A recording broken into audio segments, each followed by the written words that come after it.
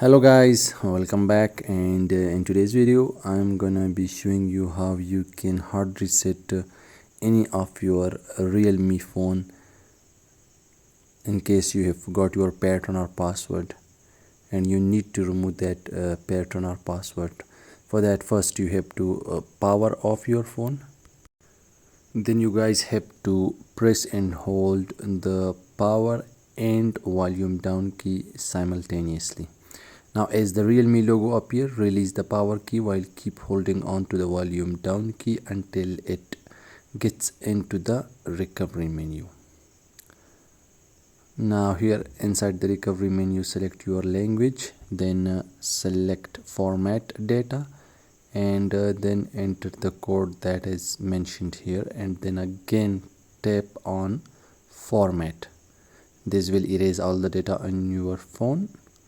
Then you guys have to tap on OK, and this will reboot your phone.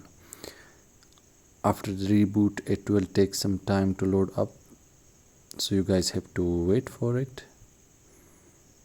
Then after that, this page will appear. From here on, you guys have to set up your phone, and after completing this setup, you will be able to use your phone normally again, while the pattern or password that was set up previously now has been removed.